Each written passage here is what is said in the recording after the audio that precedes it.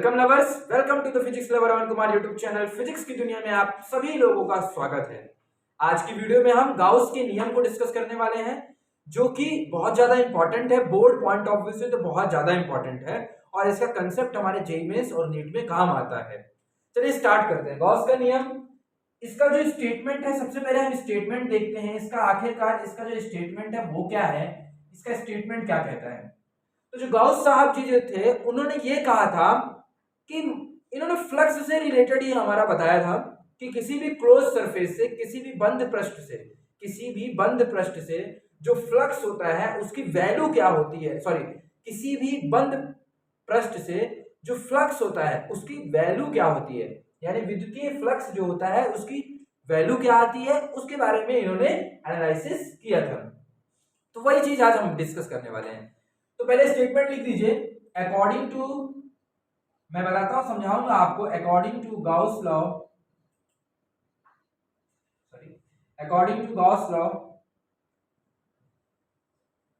The net electric flux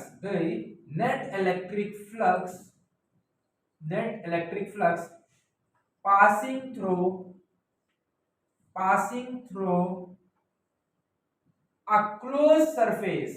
through a closed surface is directly proportional, यानी समानुपाती,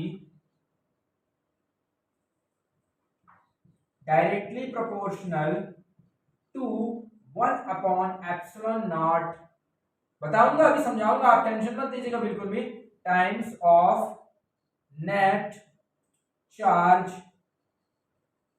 inside it. चलिए, हमने लिखा, अब हम इसे समझने की कोशिश करते हैं।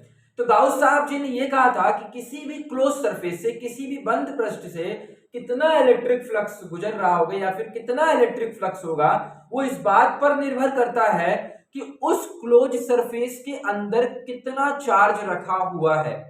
जितना चार्ज रखा हुआ होगा उसका 1/ε0 टाइम्स जो होगा वही क्या होगा, हमारे पास नेट फ्लक्स होगा, यानी कि कुल विद्युतीय फ्लक्स होगा। तो किसी भी बंद पृष्ठ, जैसे मान लीजिए एक हमारे पास स्फीयर है या फिर हमारे पास जो भी, जैसे मान लो फॉर एग्जांपल हमारे पास ये ऐसा ऐसा दिया हुआ है, डायग्राम दिया हुआ है। इससे यदि आपसे टोटल फ्लक्स पूछता है, फ्लक्स की वैल्यू पूछता है, तो वो कितनी होगी वो उन्होंने बताया था।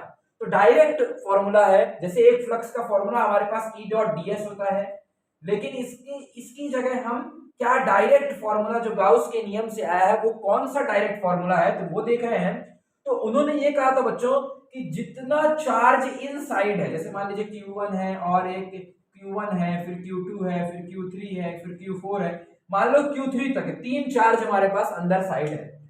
तो उनके द्वारा ये कहा गया था कि जो नेट फ्लक्स होगा वो किसके बराबर होगा, हमारे पास Q1 plus Q2 plus Q3 upon ε0।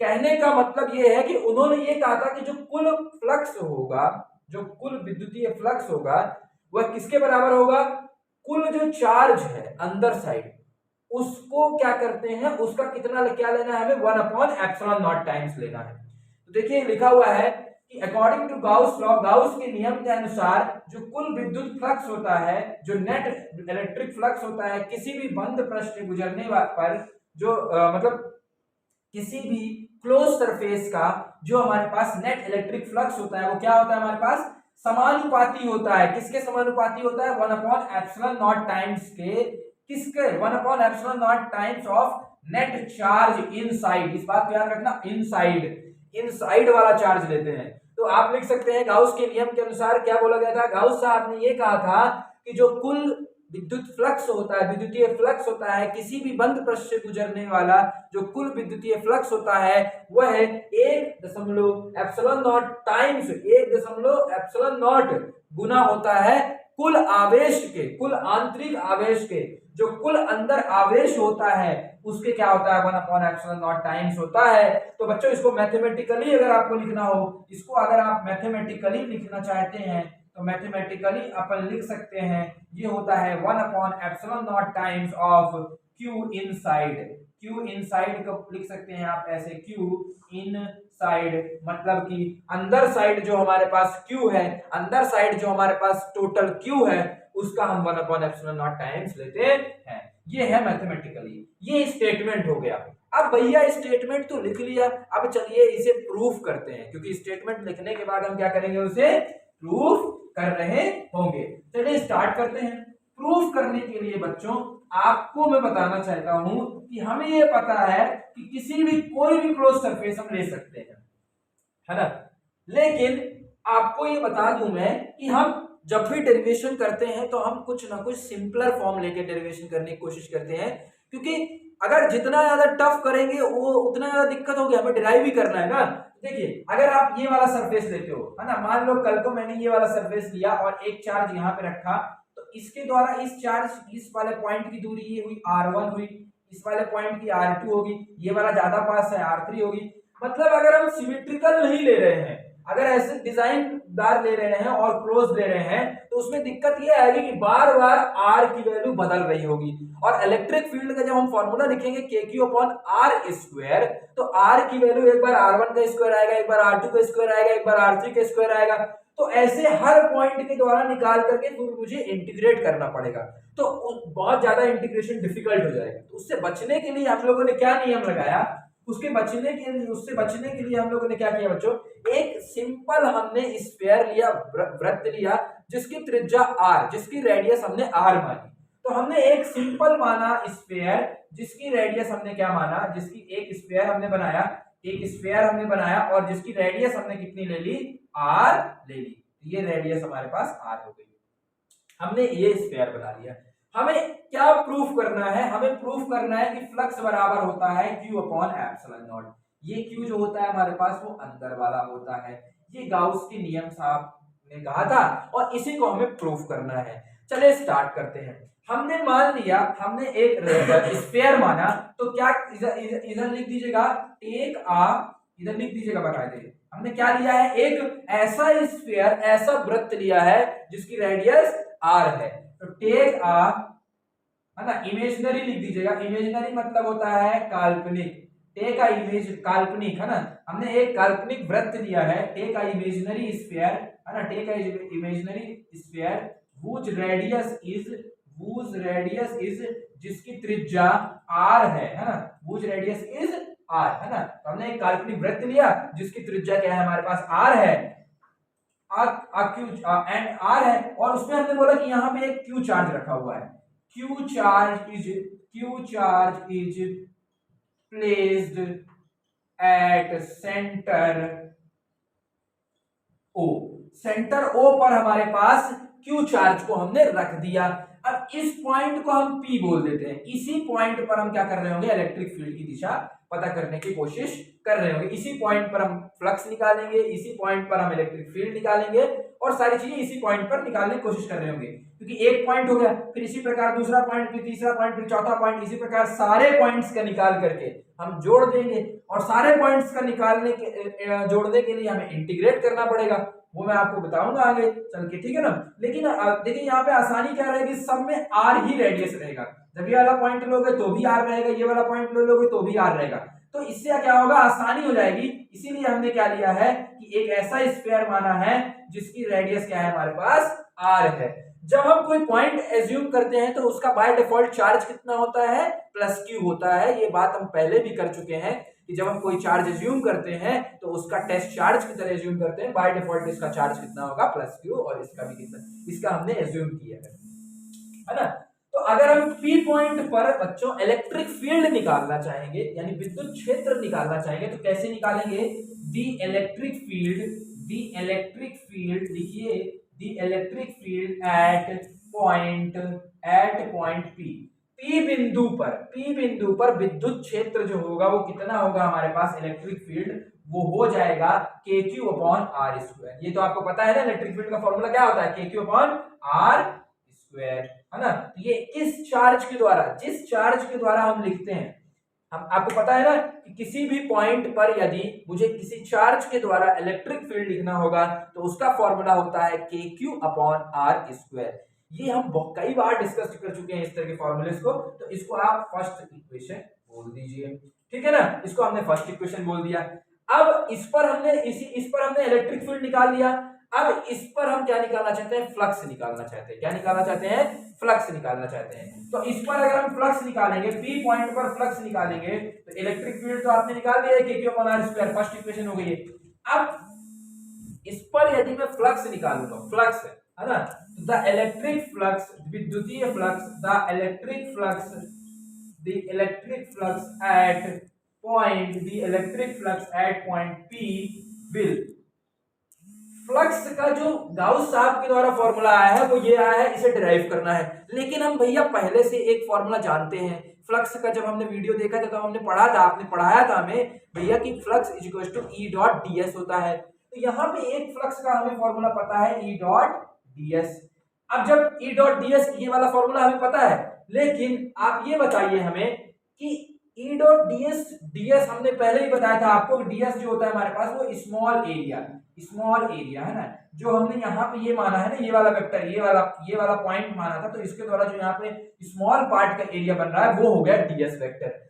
अब जो यहाँ पे सर्कल माने हो आप, छोटा सा एक पॉइंट, वो दिखाने के लिए इतना बड़ा बना रहा हूँ, मतलब हम छोटे छोटे पॉइंट मान रहे हैं, सारे बहुत सारे छोटे छोटे पॉइंट से मिलकर के, ऐसे छोटे छोटे पॉइंट से मिलकर के हमारे पास ये पूरा कवर हो जाएगा। तो छोटे छोटे पॉइंट से मिलकर बना हुआ है, तो इस छोटे से पार्ट का जो एरिया वेक्टर है वो ds वेक्टर है। और ds वेक्टर ऐसे सर्कल है, मान लो ये जो सर्कल है, तो इसका जो ds वेक्टर होगा हमारे पास वो बाहर साइड होगा कि नहीं होगा। और इलेक्ट्रिक फील्ड जो होती है बच्चों, वो हमेशा सरफेस के परपेंडिकुलर होती है, तो इलेक्ट्रिक फील्ड भी हमारे पास इधर साइड हो जाएगा। शायद हमने ये पीछे भी देख चुका है पिछले लेक्चर्स में। तो इलेक्ट्रिक फील्ड और ds वेक्टर दोनों की दिशा क्या है आपके पास, जब आपके पास इलेक्ट्रिक फील्ड भी इधर साइड है, ds वेक्टर भी इधर साइड है, तो दोनों के बीच में थीटा कितना आएगा बताओ, दोनों के बीच में थीटा कितना आ गया, 0 डिग्री। क्योंकि इसका काम आएगा इसलिए मैं बता रहा हूं। देखो ये सरफेस था हमारे पास, ये गोलीय सरफेस हमने माना, एक छोटा सा माना गोला वाला, इस छोटा को गोला माना, तो उसका एरिया वेक्टर उधर साइड आया, क्योंकि हमें पता है कि जब हम ऐसे हाथ चलाएंगे तो अंगूठा की दिशा उधर साइड आएगी, तो एरिया वेक्टर उधर साइड आया। अब एरिया वेक्टर उधर साइड आया है, और हमें ये भी पता है कि electric field is always perpendicular to the surface. जो चुंबकीय विद्युत क्षेत्र होता है, वह हमेशा पृष्ठ के लंबवत होता है। इस बात को लिख लीजिएगा, याद कर लीजिएगा, इलेक्ट्रिक फील्ड जो होता है वो हमेशा सरफेस के क्या होता है, परपेंडिकुलर होता है। तो ये जो बच्चों आप लिख रहे हो, अच्छा छोटे से एट पॉइंट P लिख रहे हो ना, मतलब कि यहाँ पे थोड़ा सा आपको दिमाग लगाने की जरूरत है। जब भैया आप P पॉइंट पर निकालने की बात कर रहे हो, तो P पॉइंट एक छोटा सा पॉइंट है, तो उसकी एरिया ds लिखे हैं, और फाई जो है वो हमारे पास छोटा सा फ्लक्स होगा, इसीलिए इस फ्लक्स को भी लिखेंगे d फाई। देखो कसम से, देखो झूठ मत बोलना, थोड़ा सा डिफिकल्ट है समझना, लेकिन आप समझिए इस बात को कि जैसे हमने फ्लक्स लिखा तो ये पूरा फ्लक्स हो गया, टोटल हो गया, है ना। लेकिन जब हमने फ्लक्स d फाई लिखा तो ये स्मॉल फ्लक्स हो गया, क्या हो गया, स्मॉल फ्लक्स हो गया। याद रखिएगा, इसे बोलेंगे स्मॉल फ्लक्स हो गया। तो हम क्या करना चाहते हैं, जब कभी भी मैथमेटिक्स में इंटीग्रेट करना होता है, तो सॉरी, जब कभी भी हमें ऐड करना होता है 2 + 2 तो ऐसे हम 2 + 2 ऐड कर देते रहे, है ना। लेकिन जब हमें डेरिवेशन टाइम में बहुत सारे छोटे छोटे एलिमेंट्स को ऐड करना होता है, तो उस वक्त हमें इंटीग्रेट करना होता है। क्या करना होता है, समाकलन करना होता है ना। जब कभी भी हमें इंटीग्रेट मतलब होता है समाकलन, है ना। जब कभी भी हमें क्या होता है कि बहुत छोटे छोटे एलिमेंट्स जो होते हैं, बहुत ज्यादा छोटे छोटे एलिमेंट्स होते हैं, उन सबको ऐड करना होता है, तो उस वक्त हमें समाकलन यानी इंटीग्रेट करना होता है। और जब छोटे से पार्ट का लिखते हैं तो d के टर्म्स में लिखते हैं, d फाई छोटे से पार्ट का हो गया और ds छोटे से पार्ट का एरिया हो गया। दोनों साइड हमें क्या करना पड़ेगा बच्चों, इंटीग्रेट करना पड़ेगा। लेकिन इंटीग्रेशन का जनरली जो सैंपल होता है वो ये वाला होता है ना। आपको पता भी होगा इंटीग्रेशन को ये वाले सैंपल से रिप्रेजेंट करते हैं। लेकिन आपको थोड़ा सा ध्यान दें, यहाँ पे क्या लिखा है, Q इनसाइड लिखा हुआ है, मतलब जो भी हम काम कर रहे हैं वो अंदर वाले चार्जों के लिए कर रहे हैं, यानी आंतरिक आवेशों के लिए कर रहे हैं। जब हम अंदर की बात कर रहे होते हैं तो उसे बोलते हैं इनसाइड इंटीग्रल जो होता है, उसे हम रिप्रेजेंट करते हैं डबल ऐसे, ठीक है ना। तो इसे हम क्या करेंगे, ये हमारे पास छोटे से पार्ट हो गया, फिर नाउ लिख दीजिए, नाउ इंटीग्रेटिंग बोथ साइड, दोनों साइड समाकलन करने पर, तो ये d फाई हो जाएगा हमारे पास, और इधर साइड भी हमारे पास क्या जाएगा, E डॉट ds हो जाएगा। ठीक है ना। तो अब आप डी फाई है तो अब ये इसका भी डी फाई आएगा, फिर अगला वाला आएगा उसका डी फाई, फिर अगला वाला उसका डी फाई, फिर d phi d phi d phi d phi d phi, सबका डी फाई आएगा। तो टोटल डी फाई जो होगा हमारे पास, जो अगर हम इस तरह बात करें d phi plus d phi plus d phi plus ऐसे करके हमारे पास आना बहुत सारा है। तो अगर हम इसको सॉल्व करते हैं, इसको इसी को हम बोलते हैं double integral of d phi. कई सारे डी फाई जुड़ रहे हैं, जब फाई बहुत सारे जुड़ जाएंगे तो हमने बोला छोटे से पार्ट का डी फाई होगा और टोटल के लिए हम फाई लिखेंगे तो ये हो जाएगा हमारे पास फाई। तो यहां से हमारे पास इसकी वैल्यू तो क्या आ गई हमारे पास फाई बराबर। अब ई डॉट डी एस, हमें इसको ओपन कर दीजिए, डॉट को जब हटाएंगे तो क्या बनेगा ये E D S cos theta. अब यहाँ पे ये वाला टर्म आपका काम आएगा जो हमने यहाँ पे बात करी थी कि इलेक्ट्रिक फील्ड भी इधर ही साइड आ रही है और डीएस वेक्टर भी इधर ही साइड आ रहा है, तो दोनों के बीच में एंगल कितना आ रहा है 0, तो cos 0 की वैल्यू क्या हो जाएगी 1, तो इसकी वैल्यू आप क्या कर देंगे 1, तो यहां से हमारे पास क्या बचेगा ई डी एस बस बचेगा। क्या बचेगा नीचे साइड ई डी एस बचेगा। चलिए ऊपर साइड लिख रहा हूं मैं, इंटीग्रेटिंग कॉस साइड को लिख लेंगे ना, समाकलन दोनों साइड दोनों पक्षों में समाकलन करने पर लिखेंगे उसे हिंदी से, है ना। तो ये हमारे पास ये हो गया। अब फाई इज इक्वल टू हो जाएगा हमारे पास इधर साइड से हमारे पास ई डी एस हो जाएगा ये, है ना। अब जब इसे सॉल्व करेंगे तो ये 1 हो गया, ये वाला तो 1 हो गया। अब देखिए यहाँ पास क्या हो जाएगा हमारे पास। अब एक चीज आपको ये भी पता है, आप पहले भी इंटीग्रेशन जब मैंने कराया होगा तो आपको बताया था कि जो चीज कांस्टेंट होती है ना बच्चों, जो इंटीग्रल पार्ट के अंदर जो चीज कांस्टेंट होती है, जो चीज कांस्टेंट का मतलब होता है जिसकी वैल्यू चेंज ना हो, जैसे 2 एक कांस्टेंट है जिसकी वैल्यू चेंज ना हो। तो अगर आप इलेक्ट्रिक फील्ड की वैल्यू को देखोगे तो इलेक्ट्रिक फील्ड की वैल्यू जो है हमारे पास वो कितनी दी हुई है KQ/r², जिसको आपने फर्स्ट इक्वेशन माना था। तो r जो है k की वैल्यू कांस्टेंट ही होती है, 1/4 पाई एप्सिलॉन नॉट के बराबर होती है। q मतलब चार्ज, ये चार्ज कभी परिवर्तित हो नहीं रहा है। r मतलब डिस्टेंस, r सबके लिए क्या है कैपिटल, जो r है वो सबके लिए सेम है।